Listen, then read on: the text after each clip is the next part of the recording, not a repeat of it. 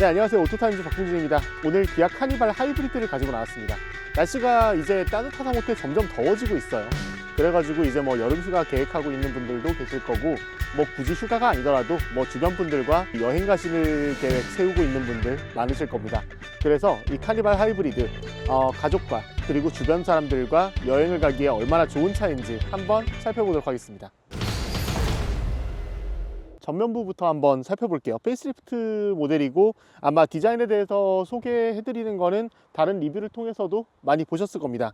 그래도 보지 않으신 분들을 위해서 한번 살펴볼게요. 저는 개인적으로 이 카니발 하이브리드를 오늘 처음 경험해 보거든요. 일단 전면부를 보시면은 기존 카니발과는 많이 달라진 느낌이죠. 풀체인지라고 얘기를 해도 믿겨질 정도로 정말 앞에서 큰 변화가 느껴집니다. 기존에는 이 램프가 양옆으로 길게 가면서 좀 넓은 느낌을 강조하는 모습이었는데, 헤드램프가 이 소렌토와 EV9처럼 세로 타입으로 바뀐 부분을 확인을 할 수 있고요. 스타맵 시그니처 램프라고 하죠. 이 독특한 형태의 주간 주행등이 자리 잡아서 이 기아의 새로운 패밀리 룩을 잘 보여주고 있습니다. 라디에이터 그릴은 이 차급에 잘 맞게 좀 와이드하게 설계돼서 비슷한 디자인을 하고 있는 소렌토보다는 조금 더 넓고 여유로운 느낌을 강조하고 있는 것 같아요. 전체적으로 놓고 보면은 카니발은 미니밴이라기보다는 SUV나 승용차의 느낌을 좀 더 강조하는 방향으로 디자인이 바뀌고 있는 것 같습니다. 부분 변경 모델이기 때문에 옆에서 큰 차이점을 찾기는 어렵습니다. 휠 디자인이 새로워졌다는 거 정도, 이 부분만 차이점이라고 말할 수 있을 것 같은데요. 휠의 형태도 최근에 기아의 디자인 방향에 맞춰서 새롭게 제작됐다는 걸 알 수 있습니다. 타이어는 컨티넨탈의 프로 컨택트 RX가 적용이 되어 있고요. 타이어 사이즈는 235-55R19입니다. 뒤는 앞부분과 디자인 기조를 비슷하게 이어가면서도 조금 더 깨끗한 느낌이 강합니다. 번호판이 좀 아래쪽으로 내려가면서 이 면이 강조가 된 디자인이거든요. 그렇다 보니까 좀 차체가 넓어 보이는 느낌도 있고, 리어 와이퍼 같은 경우에도 이 스포일러 아래쪽 히든 타입으로 설계가 되면서 조금 더 깨끗한 느낌을 더 강조해 주는 것 같아요. 램프 자체가 굵고 넓게 처리가 돼 있다 보니까 미니밴이란 차급에 맞는 덩치감을 강조하는 느낌이 상당히 인상적입니다. 트렁크는 당연히 전동으로 열리고요. 이제 뒷좌석 공간을 한번 리뷰를 해보려고 하는데요. 지금 보시면은 트렁크가 거의 없다시피 한 공간이죠. 시승 차량이 9인승인데요. 이렇게 4열 같은 경우에는 트렁크 밑에서 시트가 올라오는 구조를 취하고 있습니다. 인원을 꽉 채워서 탄다고 한다면 사실상 트렁크는 사용하지 못할 것 같습니다. 그렇기 때문에 정말 9명 혹은 8명을 꽉 채워서 태우고 이동한다, 그렇지 않는다면 4열은 되도록이면 이용하지 않는 걸 좀 추천드리고 싶어요. 4열 시트를 사용하지 않으신다면 이렇게 뒤에 끈을 잡아당겨서 이렇게 트렁크 공간으로 활용을 할 수 있습니다. 싱킹 구조라고 하죠. 시트가 이렇게 바닥으로 평평하게 들어가는 구조를 싱킹 시트라고 설명을 하는데요. 이렇게 바닥 밑으로 시트가 들어가다 보니까 트렁크 공간 자체는 매우 여유롭게 사용할 수 있을 것 같습니다. SUV보다 미니밴이 좋은 이유 중에 하나가 이건 것 같아요. 이 플로어의 높이 자체가 높지 않다 보니까 이렇게 저희 촬영 가방을 아무런 무리 없이 적재를 할 수 있습니다. 어린아이가 있는 집이라면 유모차는 접지 않은 상태에서도 넣을 수 있을 공간이 나오고요. 유모차를 접는다면 2개 정도를 적재할 수 있을 것 같습니다. 4열 시트가 부족하다면 3열 시트를 접는 방법도 있을 겁니다. 지금 제가 이렇게 시트를 확장을 했는데요. 한번 보여드릴게요. 이렇게 뒤쪽에 레버를 당기면은 시트가 어느 정도 꺾이고 앞에 방석이 일어나면서 앞으로 공간을 쭉 밀어낼 수 있습니다. 4열을 접는 것보다 훨씬 더 많은 공간이 창출이 되죠. 오롯이 4인승으로 활용한다면 이렇게 좀 넓은 트렁크 공간을 쓸 수 있다는 거 참고하시면 될 것 같습니다. 공간감만 놓고 보면은 대형 SUV를 넘어서 거의 렉선 스포츠 정도의 중형급 픽업 트럭 못지않은 공간이 창출되는 것 같아요. 자, 카니발의 실내로 들어왔습니다. 부분 변경 모델이다 보니까 이전 모델과 크게 바뀐 건 없어요. 이제 가장 큰 변화점은 이 두 개의 12.3인치 디스플레이가 붙어 있는 커브드 디스플레이가 적용이 되어 있다는 거, 이 부분 정도가 차이일 것 같은데요. 인포테인먼트 시스템은 최근에 현대기아차의 흐름과 마찬가지로 CNC가 적용이 되어 있다는 걸 알 수 있고요. 계기판은 주행 모드에 따라서 다양한 테마를 보여주는 형태로 디자인이 되어 있습니다. 스포츠 모드라든지 스마트, 에코, 이 주행 모드에 따라서 유동적으로 이 계기판이 바뀐다는 걸 알 수 있을 거예요. 하단에는 무선 충전 패드가 하나 마련이 되어 있고요. 2개의 C타입 USB 포트, 그리고 하나의 C가잭이 마련이 되어 있습니다. 무선 충전 패드 왼쪽으로는 뭔가를 수납할 수 있는 공간이 하나 마련되어 있는데 개인적으로는 조금 아쉬운 것 중에 하나가, 운전자의 이 동선을 고려한다면은 무선 충전 패드를 오른쪽에 배치하는 것보다는 왼쪽에 배치하는 게 좀 더 낫지 않았을까, 그런 아쉬움도 있습니다. 컵홀더 두 개가 마련되어 있는 것도 알 수 있는데 컵홀더의 사이즈는 달라서 사이즈에 따라 다른 음료를 수납하기에도 좋고요. 이 다이얼 타입의 기어 노브는 이전과 동일합니다. 이 센터 암레스트 같은 경우에는 공간이 정말 넉넉해요.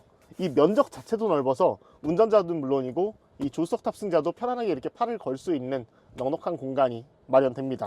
공간을 열어보면은 이렇게 이중 구조로 되어 있는 트레이가 마련되어 있다는 걸 알 수 있는데요. 깊이감이 엄청나게 깊진 않습니다만 일반적인 자동차들보다는 더 많은 공간을 수납할 수 있을 정도로 면적이 넓은 편입니다. 자, 지금은 2열에 앉아봤습니다. 이 정도 포지션을 가장 일반적으로 많이 사용하실 것 같아요. 하열은 접어두고 2열과 3열을 끝까지 당긴 상태에서 포지션입니다. 그러니까 6명의 탑승자가 탔다고 가정했을 때 모든 시트가 편안하게 세팅되어 있는지를 한번 확인해 보려고 해요. 지금 시트를 최대한 뒤로 밀어 놓은 상태거든요. 이 카니발의 2열 시트는 이 하단 레버를 당기면 이렇게 슬라이딩 타입으로 조절이 됩니다. 재밌는 거는 이렇게 조절을 하고 등받이는 또 전동식으로 이렇게 조정을 한다는 거예요. 이 부분에서 좀 차이가 있다는 걸 알 수 있는데 뭐 전동식으로 조절되는 거라 좀 편하긴 합니다만 탑승자에 따라서는 이 전동식으로 작동하는 방식이 좀 답답하다고 느껴질 수도 있을 것 같습니다. 지금 2열 탑승자 기준으로 시트 포지션을 최대한 편하게 설정했는데요. 지금 뭐 앉으니까 뭐 그렇게 크게 불편한 거는 전혀 없습니다. 레그룸이 주먹 한 2개 정도가 창출이 될 정도로 매우 여유롭다는 걸 알 수 있고 시트 밑으로 발을 집어넣는 공간도 매우 여유로워서 장거리를 이동하더라도 편하게 이동을 할 수 있을 것 같아요. 2열과 3열이 모두 독립 시트 구조로 적용이 돼 있다 보니까 이런 점은 편리한 것 같네요. 탑승객을 위한 편의사양들도 꽤 많이 마련되어 있는데요. 일단 2열과 3열에 에어컨을 제어할 수 있는 공조 시스템이 개별적으로 마련되어 있고 에어벤트는 이렇게 상단에 배치가 되어 있습니다. 가운데에 조명이 따로 있고 2열 썬루프를 개별적으로 제어할 수 있는 것도 특징이에요. 그 외의 공간들을 살펴보자면은 이 두 개의 컵홀더 그리고 220V 콘센트와 12V 시가잭이 마련이 되어 있어요. 하단에 보시면은 슬라이딩 타입의 서랍장이 하나 마련이 되어 있거든요. 이중 트레이로 구성이 되어 있어서 무언가를 넣어놓기에도 좋을 것 같습니다. 이렇게 2열 시트백 포켓에 C타입의 USB 포트도 마련이 되어 있어서 충전 소요에도 잘 대응할 수 있어요. 지금 타고 있는 차가 최상위 트림 한 5천만 원 정도 되는 이 하이브리드의 최상위 트림이라서 옵션이 꽤 풍부한데요. 2열 시트에서는 열선과 통풍 기능까지 제공이 됩니다. 이 외에도 2열과 3열에도 선커튼이 마련되어 있어서 탑승자 모두 좀 편안하게 이동을 할 수 있을 것 같네요. 자, 3열입니다. 4열 시트를 사용하지 않는다는 가정하에 2열 시트를 모두 맨 뒤로 밀었고 3열 시트도 맨 뒤까지 몰았을 때의 포지션입니다.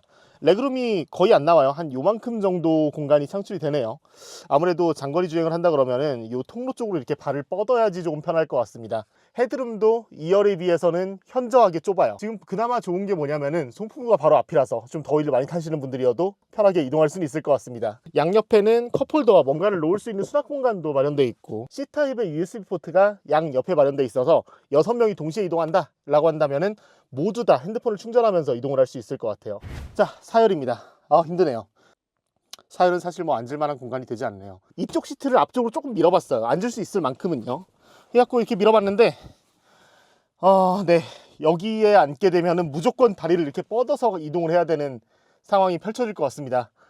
레그룸이라고 하기에는 좀 답답한 공간도 많이 연출되고요. 원래는 트렁크로 쓰던 공간이다 보니까 편의 장비도 없습니다. 타열은 뭐 되도록이면은 앉지 않는 걸 좀 추천드리겠습니다. 카니발 하이브리드는 1.6L 가솔린 터보 엔진 기반의 하이브리드 시스템을 채택하고 있어요. 엔진 출력만으로는 180마력을 내고요. 전기 모터가 합쳐진 시스템 합산 출력은 245마력입니다.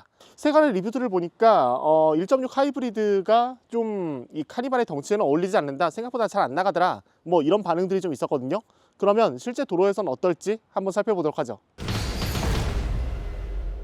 자, 이제 카니발 하이브리드를 몰고 도로 위로 올라왔습니다. 지금 주행하는 데는 좀 좁은 길목이에요. 도심 주행을 할 때 이 차의 특성이 어떤지를 어느 정도는 알 수 있을 것 같은데요.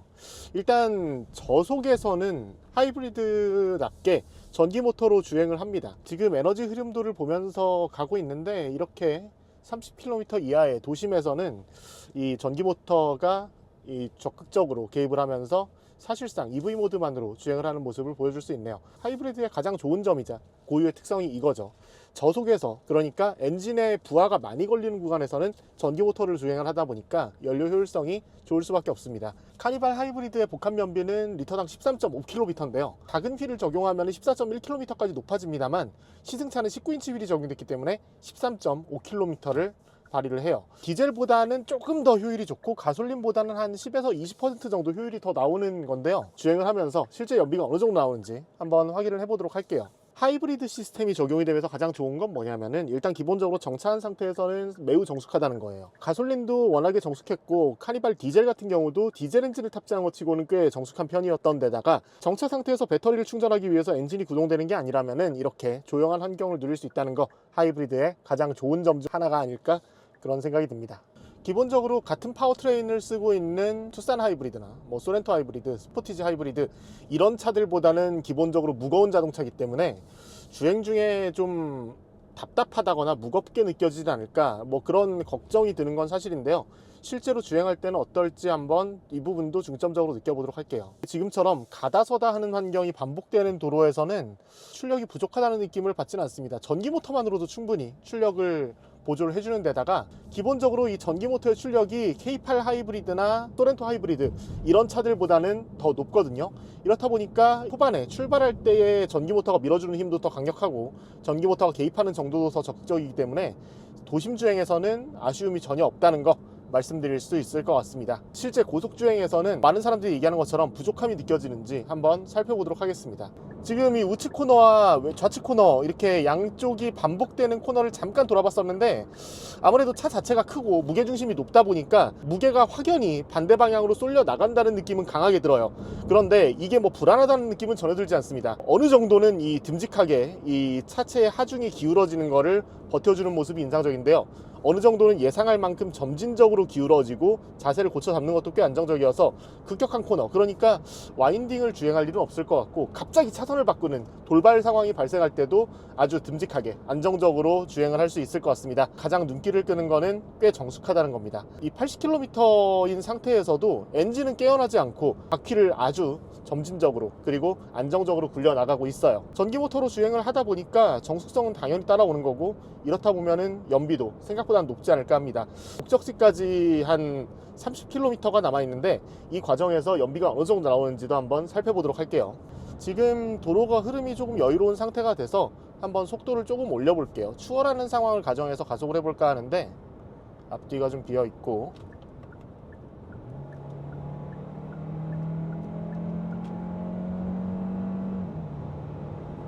아니 뭐 답답하진 않은데 네, 지금 추월을 가정해서 속도를 어느 정도만 잠깐 올려봤습니다. 엑셀을 한 절반의 3분의 1 정도 밟은 상태에서는 터보차저가 조금 늦게 도는 것 같다는 게 느껴질 정도로 약간 답답한 느낌이 있긴 합니다만 가속 페달을 좀 더 점진적으로 전개해 나가면은 터보차저가 돌기 시작하면서 속도가 좀 더 빠르게 올라가는 걸 알 수 있습니다. 결론적으로 말씀드리자면은 답답한 건 없어요. 심지어 에코 모드라는 점에서도 그렇습니다. 카니발 하이브리드의 주행 모드는 에코, 스포츠, 스마트 세 가지만 있는데요. 지금 스포츠 모드에서 한번 속도를 올려볼게요. 조금 아쉬운 부분이 있긴 합니다. 스포츠 모드에서도 터보렉이 좀 느껴지는 건 어쩔 수 없는데 체감하는 가속력이 더 좋다는 건 느껴집니다. 그런데 이게 뭐 사람을 깜짝 놀라게 할 만한 그런 가속감은 아니에요. 속도를 올리는 과정도 매우 매끄럽게 이루어지고 있거든요. 그렇다 보니까 뭐 많은 사람들이 탑승한 상태에서 속도를 올린다고 하더라도 탑승자들이 뭐 놀라지는 않을 만한 그런 상황이 연출됩니다. 결론적으로 말씀드리자면은 부드럽고 안정적으로 가속이 된다, 이렇게 말씀드릴 수 있을 것 같아요. 고속주행 중에 가장 인상적인 것 중 하나가 NVH예요. 지금 에너지 흐름도가 제 시선에서만 보이긴 합니다만 방금처럼 제가 이렇게 속도를 올릴 때는 엔진이 깨어나고 이렇게 정속 주행을 할 때는 깨어있던 엔진이 남은 동력을 배터리 쪽으로 회수를 하는 그런 모습을 보여주고 있는데요. 엔진이 개입하는 거를 에너지 흐름도를 보지 않는다면 자칫 모를 정도로 매우 부드럽고 매끄럽게 엔진과 전기 모터 간의 동력 전환이 발생합니다. 정숙성과 동력 전환의 매끄러움, 이 부분은 토요타 못지않은 모습을 보여준다는 걸 말씀드릴 수 있을 것 같아요. 카니발의 덩치 때문에 상대적으로 내가 이 차를 운전할 수 있을까 하는 두려움을 갖고 있는 분들도 있는데요. 생각보다 운전하기가 쉽습니다. 지금 시트를 최대한 아래로 낮춘 상태에서도 숄더 라인이 트림 위쪽으로 올라와 있습니다. 이렇다 보니까 전방 시야가 상당히 좋아요. 지금 제가 앉은 키가 평균보다 조금 더 큰 편이긴 합니다만 여기서 앞을 내다봐도 보니 끝단이 그대로 보여요. 그만큼 좀 편안하게 운전할 수 있을 것 같고 후방 시야도 디지털 미러가 적용돼 있어서 꽤 편리합니다. 뒷좌석에 누군가가 타 있다거나 아니면은 뭐 좀 짐이 적치가 돼 있어서 후방 시야가 확보가 안 되는 상황을 감안하면은 카니발에서 디지털 미러는 정말 유용한 기능인 것 같아요. 무엇보다 더 넓은 시야각을 보여주기 때문에 안전운전을 하는 데에도 도움이 되겠죠. 결정적으로 주행보조 시스템도 꽤 편리하게 사용을 할 수 있어요. 차로유지 보조 시스템을 작동시킨 상태에서 주행을 하면은 피로도도 줄일 수 있거니와 이 차폭감에 대한 걱정 없이 편안하게 운전할 수 있을 것 같습니다. 고속도로 주행보조 시스템, 이거는 뭐 당연히 기존 카니발에서도 만나볼 수 있었던 기능인데 차로 변경 기능을 지원하는 HDA2가 적용이 되면서 장거리 운전에서도 조금 더 편안하게 운전할 수 있을 것 같아요. 승차감도 이 정도면 훌륭합니다. 노면이 썩 좋지는 않거든요. 분명 고속화 도로이긴 한데 도로가 패여 있는 곳들을 좀 이렇게 급하게 수선해 놓은 곳들이 있어서 약간의 진동이 느껴지는데, 일단 운전석에서 느낄 때는 승차감은 훌륭한 편입니다. 시트의 재질 자체도 꽤 편리한 데다가 이 에르고 모션 시트가 적용이 돼 있어서 주행 모드에 따라서 운전자의 자세도 잘 잡아주거든요. 그렇다 보니까 노면의 충격이 운전자에게 전달되는 느낌은 아닙니다. 카니발을 타면서 많은 분들이 뭐 이렇게 공명음 같은 게 있었다고 얘기하시는 분들이 꽤 많았는데, 일단 운전석에서 느끼는 건 잘 모르겠고요. 차가 충격을 받았을 때 진동이 차체 전방으로 전달이 된다는 건 느껴집니다만, 이게 뭐 좀 운전자의 귀를 멍하게 한다거나 뭐 그런 느낌은 전혀 느껴지지 않습니다. 지금은 갑작스럽게 속도를 좀 줄였는데요. 브레이크 성능도 꽤 만족스럽습니다. 초기형 모델을 타봤을 때 전반적으로 좀 브레이크 성능이 아쉽다는 생각이 들었었는데, 브레이크 성능이 아쉽다는 걸 저만 느낀 건 아니었는지 실제로 많은 카니발 오너들이 브레이크 튜닝을 하는 걸 봤었어요. 방금 전에 제동을 했을 때 느낀 거긴 합니다만, 제가 이 브레이크 페달을 밟는 만큼 아주 점진적으로 속도를 줄여나가는 모습이 인상적이었습니다. 아마 브레이크 패드의 물리적인 힘에다가 회생제동 시스템까지 개입을 하면서 이 실질적인 제동 효과가 더 커지는 그런 느낌도 있는 것 같아요. 지금 제가 시승하고 있는 카니발 하이브리드 9인승 최상위 트림의 가격이 5,057만원입니다. 예전 같으면 하이리무진도 노려볼 수 있을 법한 가격이었는데 하이리무진은 이거보다 훨씬 비싸고요. 지금 제가 타고 있는 이제 일반형 9인승만으로도 가격이 5천만원을 훌쩍 넘어섭니다. 조금 고민이 되는 가격이긴 해요. 하이브리드를 원했던 고객들이 많았던 건 사실이지만 가격이 확실히 비싸졌다 보니까 좀 접근 장벽이 많이 높아진 건 사실이죠. 아이를 키우는 아빠들이 많이 선택하는 자동차다 보니까 평범한 가정에서 덜컥 사기에는 조금 부담스러운 가격이 아닌가, 그런 생각도 듭니다. 물론 이 최신 하이브리드 시스템이 들어갔고 바뀐 부분들이 많다곤 합니다만, 그럼에도 좀 아쉬운 부분들이 있는 건 사실이에요. 가격은 조금 더 낮출 수 있는 여지를 만들어 놨다면 어땠을까, 그런 생각이 드네요. 자, 이제 목적지에 거의 다 와가는데 28.1km를 주행을 했고요. 지금 현재 복합 연비가 리터당 17.4km를 기록을 하고 있습니다. 아까 보여드린 것처럼 급가속 급제동도 했었고, 날씨가 좀 더워서 에어컨도 좀 세게 틀어놓은 데다가 성인 남성 3명이 탔다는 가정하에 운전을 하고 있는 건데, 이 정도라면 꽤 효율성이 괜찮은 거죠. 실제 인증치보다 실연비가 더 좋게 나오고, 이 부분은 실제 카니발 하이브리드를 운영하는 분들도 많이 느끼지 않을까 싶습니다. 정말 대적할 수 있는 차가 없지 않나? 그런 생각이 드는 자동차였습니다. 뭐 가족을 위해서도 뭐 의전용으로도 되게 다양한 목적으로 활용되고 있는 자동차다 보니까 많은 사람들이 무난하게 만족할 수 있는 그런 자동차가 아닌가 생각이 들었습니다. 자, 제가 소개해드릴 소식은 여기까지고요. 저는 또 흥미로운 자동차로 다시 돌아오도록 하겠습니다. 전 지금까지 오토타임즈의 박홍준이었습니다.